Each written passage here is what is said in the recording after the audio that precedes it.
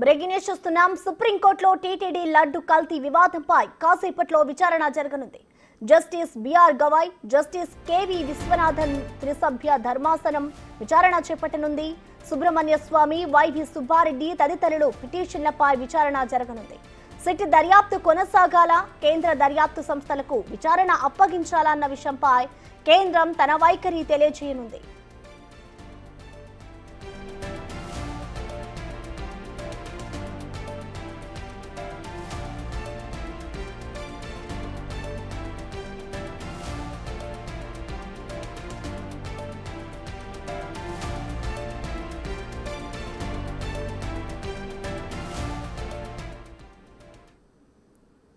దీనికి సంబంధించిన complete details Delhi నుంచి మా ప్రతినిధి శివ అందిస్తారు. శివ, చెప్పండి, మరి కాసేపట్లో అయితే తిరుమల తిరుపతి లడ్డు వ్యవహారానికి సంబంధించి ఇటు సుప్రీంకోర్టులో విచారణ జరగబోతోంది.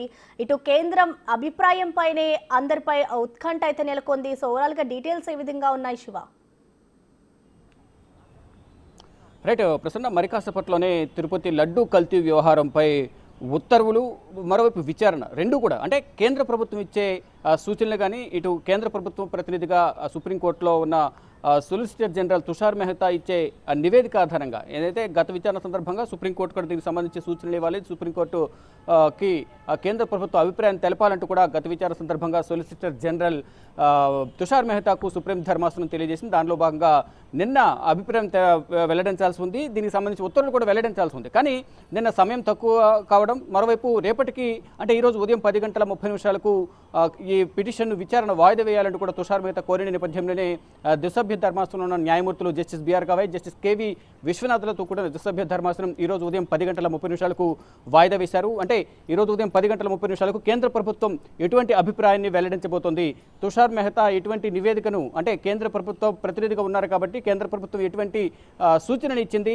దర్యాప్తు సంస్థలకు ఈ దర్యాప్తును అప్పగించాలా, తిరుపతి లడ్డు కల్తీ వ్యవహారంపై విచారణ అనేది ఏపీ ప్రభుత్వం సిట్టు పరిధిలో ఉంది కాబట్టి ప్రజెంట్ దర్యాప్తు సిట్టుతోనే కంటిన్యూ చేయించమంటారా, లేదా కేంద్ర ప్రభుత్వం అభిప్రాయం మేరకు ఎటువంటి సూచనలు సుప్రీం ధర్మాసనానికి ఇవ్వబోతున్నారు తుషార్ మెహతా అనేది కూడా చూడాల్సి ఉంది. ఒకవేళ తుషార్ మెహతా ఇచ్చే సూచనల మేరకు తదుపరి పిటిషనర్లు ఎవరైతున్నారు, వైవి సుబ్బారెడ్డి, సుబ్రహ్మణ్య స్వామి, ప్రముఖ రచయిత విక్రమ్ సంపత్, మరోవైపు ఒక హిందీ ఛానల్ ఎడిటర్ సురేష్ చౌహాన్కే, వీరు నలుగురు పిటిషన్లపై ఈరోజు గత విచారణ సందర్భంగా విచారణ జరిపారు. అయితే ఈరోజు ఉదయం 10:30 సుప్రీంకోర్టు కార్యకలాపాలు 10:30 ప్రారంభం కాబోతున్నాయి. ప్రారంభమైన వెంటనే మొదటి కేసుగా సుప్రీంకోర్టులో తిరుపతి లడ్డు వ్యవహారం సంబంధించి, కల్తీ వ్యవహారం సంబంధించి విచారణ జరపబోతుంది సుప్రీం ధర్మాసనం. అయితే ఈ విచారణ సందర్భంగా కేంద్ర ప్రభుత్వం ఎటువంటి సూచనలు ఇవ్వబోతోంది, అంటే దర్యాప్తు సంస్థలకు ఈ దర్యాప్తును అప్పగించాలా, లేదా ప్రజెంట్ ఏపీ ప్రభుత్వం సిట్టు చేత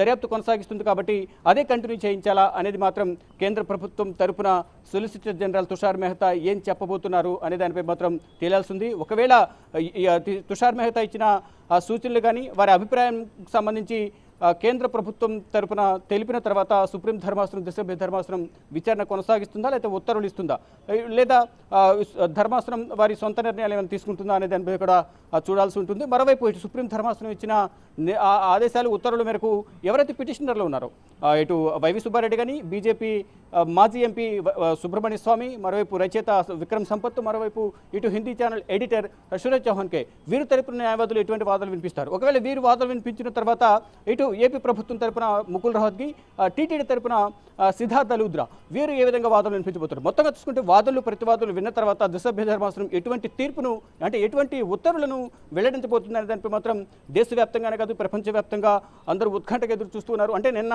సాయంత్రం 3:30 గంటలకు దీనికి సంబంధించి ఉత్తర్వులకు తెరపడుతుంది అని అనుకున్నారు. కానీ ఇటు తుషార్ మెహతా సమయం కోరిన నేపథ్యంలోనే ఆ ఉత్కంఠ అనేది 10:30 వరకు కొనసాగుతుంది. 10:30 తర్వాత సుప్రీం ధర్మాసనం ఎటువంటి ఉత్తర్వులు ఇవ్వబోతుంది, కేంద్ర ప్రభుత్వం ఎటువంటి అభిప్రాయాన్ని, ఎటువంటి సూచనను సుప్రీం ధర్మాసనానికి ఇచ్చింది తుషార్ మెహతా రూపంలో అనేది కూడా అందరూ ఉత్కంఠగా ఎదురు చూస్తున్నారు. చూడాలి మరి. ఇక మరి కాసేపట్లోనే సుప్రీం ధర్మాసనం కార్యక్రమాలు 10:30 ప్రారంభం కాబోతున్నాయి. ప్రారంభమైన వెంటనే తొలి కేసు తిరుపతి లడ్డు కల్తీ వ్యవహారం సంబంధించి ఉత్తర్వులు అనేది సుప్రీం ధర్మాసనం ఇవ్వబోతుంది.